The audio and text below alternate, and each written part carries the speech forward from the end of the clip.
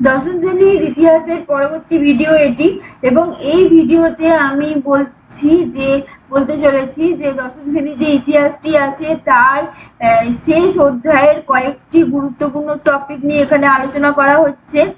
আজকের বিষয় হচ্ছে দেশীয় রাজ্যগুলোকে কিভাবে সর্দার বল্লভভাই প্যাটেল ভারত মুক্তি দলিলে সাইন করতে বাধ্য করলেন, তার কি নীতি তিনি প্রয়োগ করেছিলেন সেই বিষয়।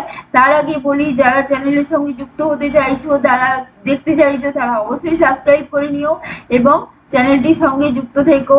এবং এখানে তাদের সাপোর্ট, তাদের সমর্থন, একটি এডুকেশন চ্যানেল বাঁচাতে গেলেও কিন্তু অনেকেরই সমর্থন, সাপোর্ট প্রয়োজন হয়, এবং এই প্রচেষ্টা আরো বেশি গুরুত্বপূর্ণ দিক পাবে যদি সাধারণ মানে যারা ছাত্রছাত্রী আছে তারা বেশি করে এগুলো দেখে।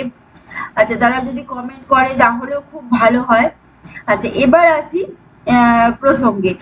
দেশীয় রাজ্যগুলো কিভাবে ভারত মুক্তির দলিলে দেশীয় রাজ্যগুলোকে তিনি ভারত মুক্তির দলিলে সই করতে বাধ্য করলেন। দেখো, সমস্যাটা তো আগে বলতেই হবে। যখন ভারত স্বাধীন হয় তখন কিন্তু ভারত স্বাধীন হওয়ার সঙ্গে সঙ্গেই কিন্তু অনেকগুলো সমস্যা দেখা দিয়েছিল। একটা হচ্ছে উদ্বাস্তু সমস্যা, তারপরে হচ্ছে দেশীয় রাজ্যগুলো ভারত মুক্তির দলিলে সাইন করতে গেলে অনেক বেশি দ্বিধা দ্বন্দ্ব পরিবেশ তৈরি করেছিল। এইরকম একটি পরিবেশ হয়েছিল। দেখো, সেটা তো পরিস্থিতিটা বলতেই হবে আগে। যখন ভারত স্বাধীন হয় সেই সময়, তার আগেই লর্ড মাউন্টব্যাটেন বলেছিলেন দেশীয় রাজ্যগুলো চাইলে পাকিস্তানের অন্তর্ভুক্ত হতে পারবে, আর যদি চায় ভারতের অন্তর্ভুক্ত হতে পারবে, তাদের সেটা নিজের ইচ্ছা। এছাড়া যদি সেটাও তারা না চায়, তাহলে তারা নিজের স্বশাসনে থাকতে পারবে। ঠিক আছে?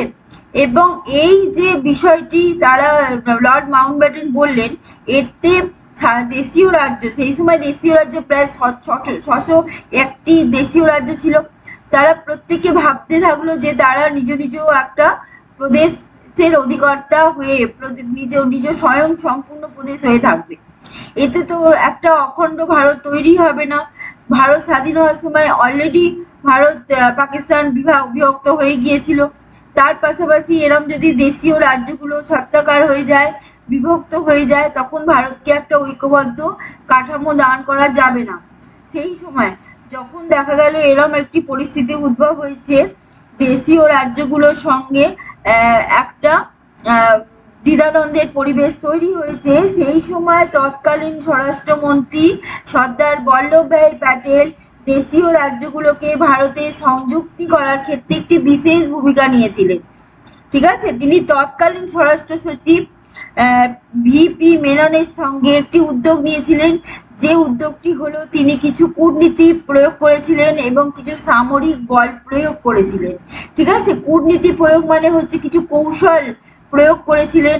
তিনি দেশীয় রাজ্যগুলোকে এইরকমই বলেছিলেন তারা কোনো রকমের কোনো সাহায্য কখনো পাবে না। তারা বৈদেশিক আক্রমণ থেকে প্রতিহত করতে গেলে যে সাহায্যের প্রয়োজন হয় সেটা পাবে না, বা বাণিজ্যিক ক্ষেত্রেও কিন্তু তারা অনেকভাবে সাহায্য থেকে বঞ্চিত হবে। এরকম ভাবে একাকী তারা থাকতে পারবে না। সেই জন্য তারা যদি ভারত মুক্তি দলিলে সই করে, তাহলে তারা সমস্ত কিছু থেকে নিরাপদ থাকবে। এই জন্য তিনি এটা দেখেছিলেন যে তাৎক্ষণিক একটা সিদ্ধান্ত নিতেই হবে, তা না হলে বহু কষ্টার্জিত যে স্বাধীনতা, সেই স্বাধীনতা কিন্তু এই দেশীয় রাজ্যগুলো নষ্ট করে ফেলবে। তাহলে এই দেশীয় রাজ্যগুলোর ওপর এক তো সামরিক শক্তির ভয় দেখিয়েছিলেন, তারপরে কূটনৈতিক একটা কৌশল প্রয়োগ করেছিলেন, মানে হাতে না মেরে ভাতে মারা এরকম ব্যাপার, কূটনৈতিক কৌশল প্রয়োগ করেছিলেন। এইভাবে তিনি দেশীয় রাজ্যগুলোকে ভারত মুক্তি দলিলে সই করতে বাধ্য করেছিলেন। ঠিক আছে? এইভাবে তিনি দ্রুত ঐক্যবদ্ধ ভারত গড়ে তোলেন। আজকে এই পর্যন্ত। কে বাই।